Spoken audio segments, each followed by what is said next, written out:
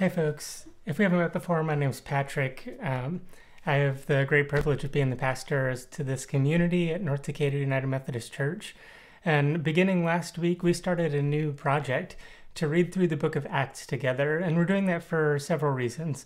One, it's a really cool book. There's a lot of weird stuff that happens in the book of Acts.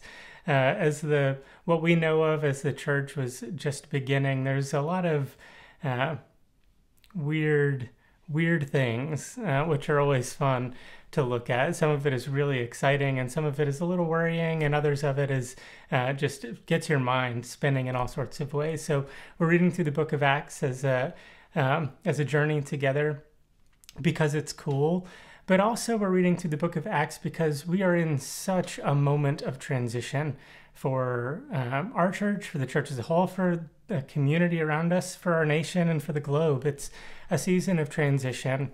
What was once normal, what we were used to for so long, is beginning to transition into something new, in part because of everything related to COVID-19, but also in part just because that's the nature of community life. It's constantly ebbing and flowing and shifting. And if we don't pay good attention to the ways that God's alive through all of those ebbs and flows and all of those transition moments, it can be really easy to get into an emotional and habitual rut where we're just doing the same things, but they may have lost their meaning. And so now we have a season where we can really intentionally think together about what our next season might look like as a community of faith, as a community here in Decatur, and as part of the global community that extends around the globe.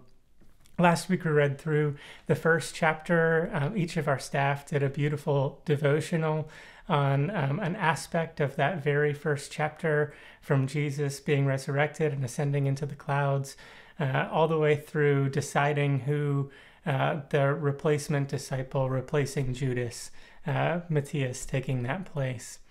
And so now we come to the second chapter. And I'll be honest, the second chapter is one of my favorite parts of the books of Acts, which is convenient.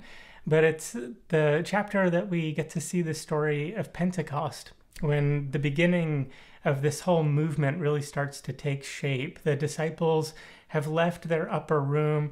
They enter into the public sphere and immediately start speaking in ways that everyone can understand, which is so shocking that everyone in the town square insists that they must be drunk, which is just hilarious and so perfect and makes all the sense in the world. So abnormal as to think that there must be something wrong with their state of being.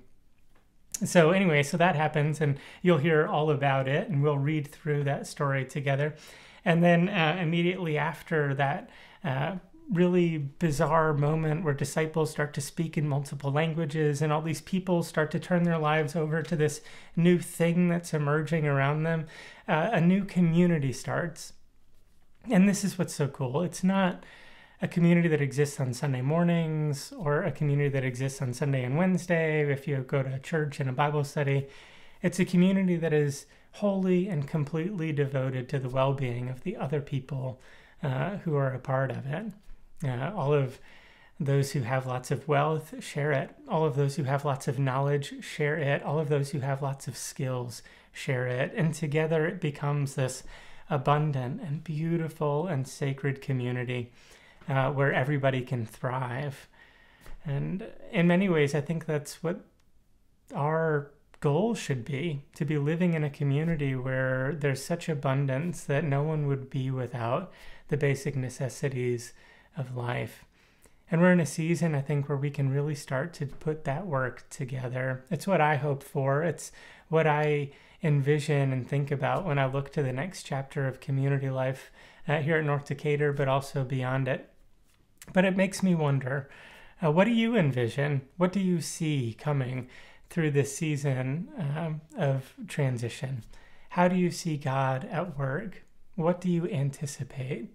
I would love to know your answer to those questions. Any one of them. I know I just asked several. But if you would comment underneath this video, I'd love to be in conversation with you. And then if you know somebody who might like to read through the book of Acts with us, or if you know somebody who likes to ask these kinds of questions about where the world might be going and how we might be a part of it and where God might be in the midst of all of this, consider sharing it with them. Either way, I'm so grateful for your presence. I'm so grateful for your time and processing through all of the wonderful ways that God was alive in the beginning and how God is alive now. And I look forward to being in conversation with you. See you later. Bye.